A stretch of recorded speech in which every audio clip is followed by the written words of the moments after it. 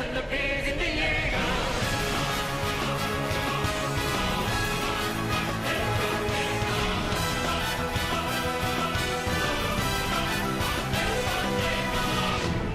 Newton's first law. An object at rest stays at rest, and an object in motion stays in motion with the same speed and in the same direction unless acted upon by an unbalanced force. So, for the first law, we will use these two tires.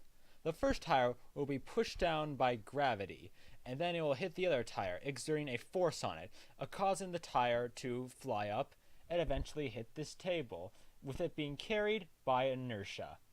Newton's second law. The acceleration of an object produced by a net force is directly proportional to the magnitude of the net force, in the same direction as the net force and inversely proportional to the mass of an object. For the second law, we will start by using a police car and a chair. When the police car accelerates towards the chair, they will apply a net force to each other, and since the police car has more of a net force, the chair will go flying.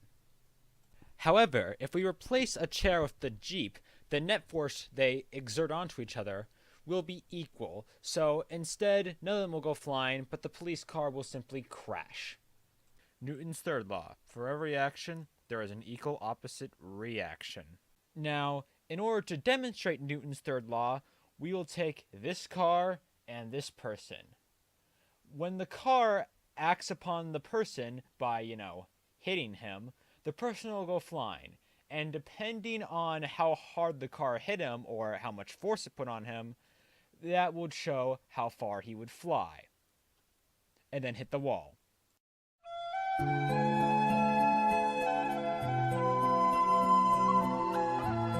In other words, the action of the car hitting the person caused the reaction of the person to go flying and slam into the wall.